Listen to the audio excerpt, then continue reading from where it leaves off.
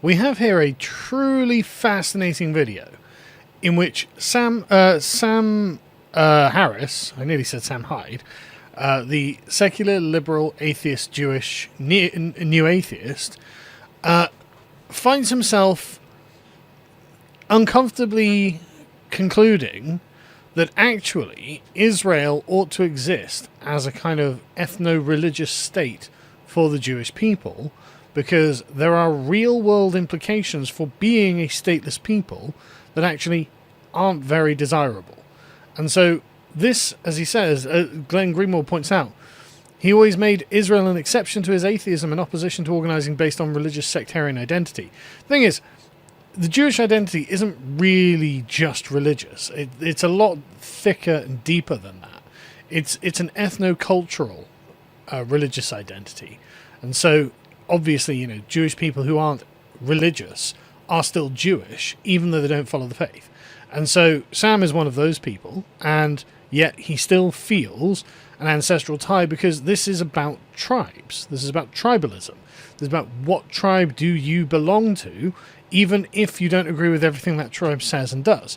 And in Sam's case, is of course being a Jew. And in my case, it is being English. In Count Dankula's case, it's being Scottish. This is just what humans are like. Humans belong to tribes. And this is the secular liberal atheist realizing that actually the things he believed about how the world should be organized are pie in the sky nonsense. And actually it's not going to work. And actually the world's a dangerous place. And unless every single person on earth agrees with you, and agrees with you 100%, then this can't work. This whole project was a dreamlike, unworkable fantasy, and the attack on October the 7th proves it.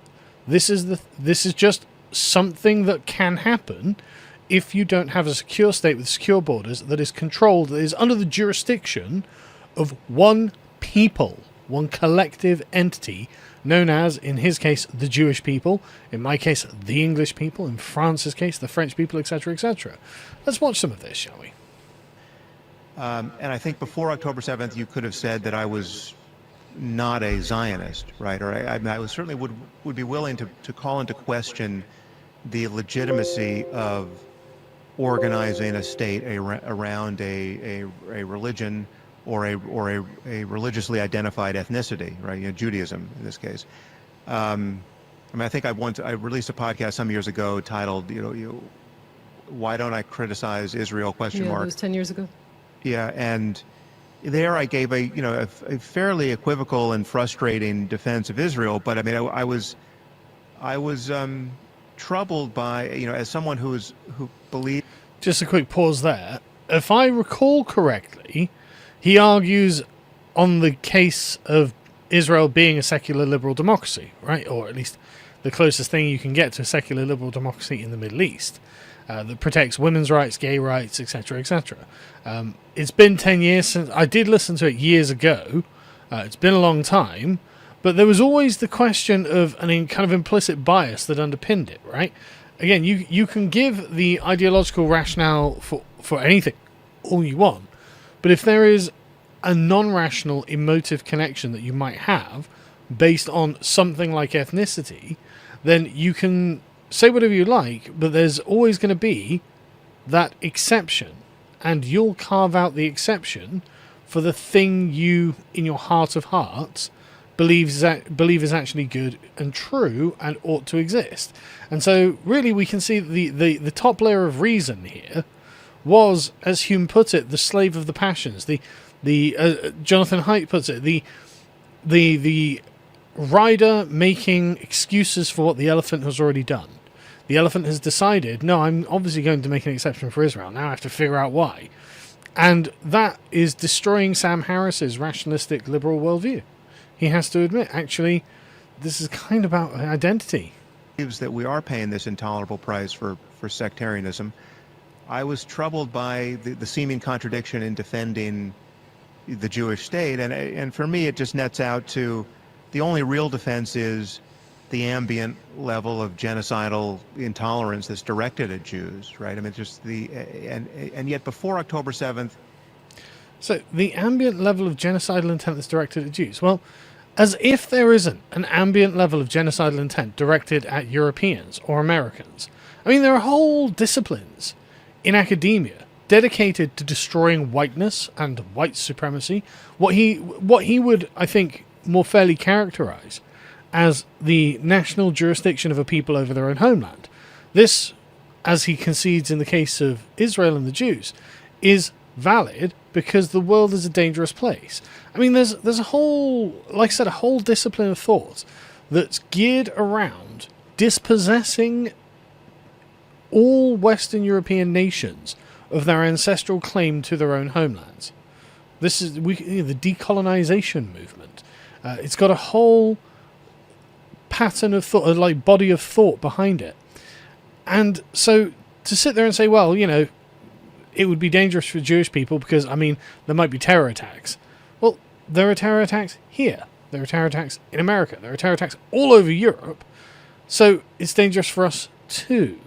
So this, we have to concede, means that if there are people who are trying to kill us, then we should keep a strong boundary and border between them and us. And actually bringing them in doesn't make much sense. In fact, it seems to be kind of suicidal. And if Sam can take that opinion with Israel and Jewish people, I think that's completely reasonable, especially given what happened on October the 7th. So we can take that opinion, and the English people, in my particular case, especially given what happened on 7/7, or on the Manchester Arena bombing, or the London Bridge attack, or the various car of peace attacks and trucks of peace attacks that have happened, or the grooming gangs and things like this. All these things that are a continual state of that create a continual state of tension, because they are attacks on the most vulnerable areas of our society, as if to try and destroy the society entirely. Which, again, I concede completely. That's what Hamas was trying to do on October the 7th.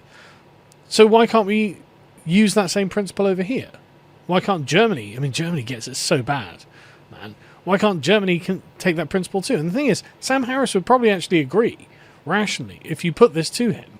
Because he would say, well, yeah, I mean, I guess that is the case. I was just thinking of it from my perspective as a Jewish man who's concerned about a homeland for Jews and is concerned about the terror attacks that go on against Jews, because there is a lot of anti-Semitic rhetoric out there, no question of it. So actually, wouldn't it be better, instead of being sort of the liberal atheist globalist who's like, well, I don't really want to be burdened by religions. And the thing is about religions is that they always have a kind of ethno-cultural substrate to them. Like every tribe has its own gods, right? Rather than wanting the world not to be burdened by religions and trying to destroy religions, wouldn't it just make more sense if each tribe had its own homeland? Wouldn't it make more sense if each tribe just had a place on the earth where it belonged and that it had jurisdiction over, so it could fulfill the commandments of its own religion, whether this is an actual religion or just a strongly held set of moral values? Every tribe has one, a normative model of the universe. Wouldn't it be better if every tribe could just make the world as they thought it ought to be in their own territory and protect their borders soundly, if in order to make sure that even if another tribe doesn't like it, not our problem, you stay on your side of the fence, we stay on our side of the fence, and we can all live and let live. That seems to be the only way that diversity could actually work. And if you were going to look at the world as through a global lens, isn't that what multiculturalism actually means? What it would actually look like is you would have separate and discrete cultures that had their own territory and that had their own claim to it that someone else didn't have. Even there, I felt like I was paying lip service to the legacy of the Holocaust without really having, my heart was really not quite in it, because it still seemed kind of hypothetical to me, because in my life, anti-Semitism has not seemed like a real variable at all. And apart from the Islamist version of it, it seemed to have been, more or less fully defanged, the world over. But given October 7th and given the response to it in the West, both on the left and on the right politically, but even most especially on the left, I mean, that was the most surprising. Yeah, I'm really, just kind of an unapologetic Zionist at this point. I mean, I just say, What is fascinating about this is that Sam Harris lived through 9/11.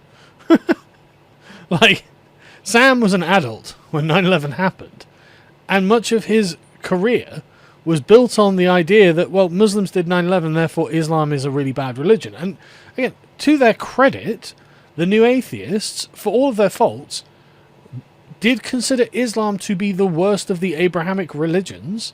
They did at least say, look, we shouldn't be having all these Muslims in. And yet, Sam didn't feel the same way about America being 3,000 people dying on 9/11.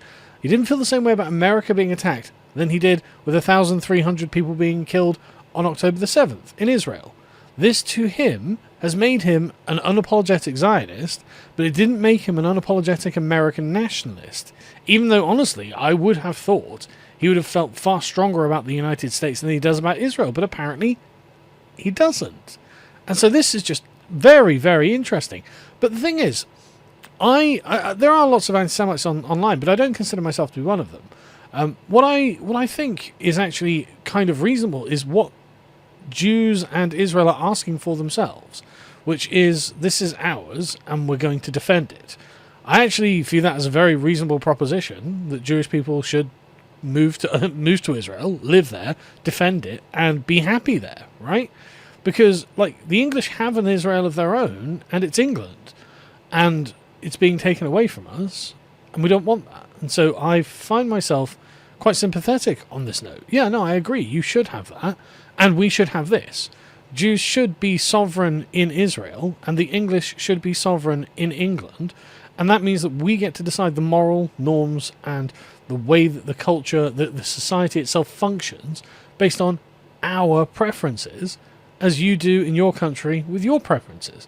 I think that's all completely fair. And I just don't see how you can take exception to that, to be honest. like, who can be counted upon to defend the Jews but the Jews? I think that's a question that for which you have to err on the side of the most cynical and depressing answer, which is, only the Jews can at the end of the day be counted upon to defend themselves. And that goes for anyone, right? Like, it's kind of crazy that he would even wonder if another people is going to be tasked with defending the Jews. Why would they be? Why shouldn't you've got a Jewish state? Obviously, Jewish people should be tasked with defending themselves. Again, in every other nation, that's how this works. That's what nation states are for. The collective defense of the people as a people. That's the point of them.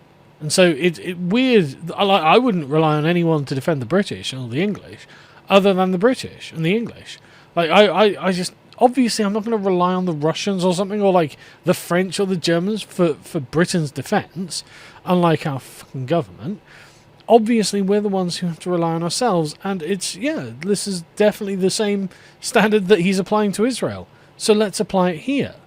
That we can be possessive over our own countries. We can make sure that we are very particular and discriminating about who we let in, and we can just eject the people that we don't want in, because actually it belongs to us, in the same way that Israel has that privilege with Jewish people have that privilege when it comes to Israel.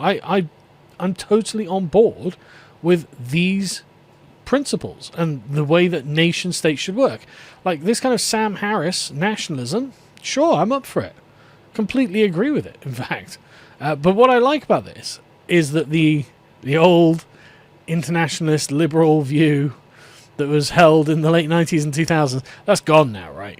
Like you can see that is gone. Those scales have fallen from Sam's eyes and gone, no, we need Jewish nationalism. And everyone else needs their nationalism too.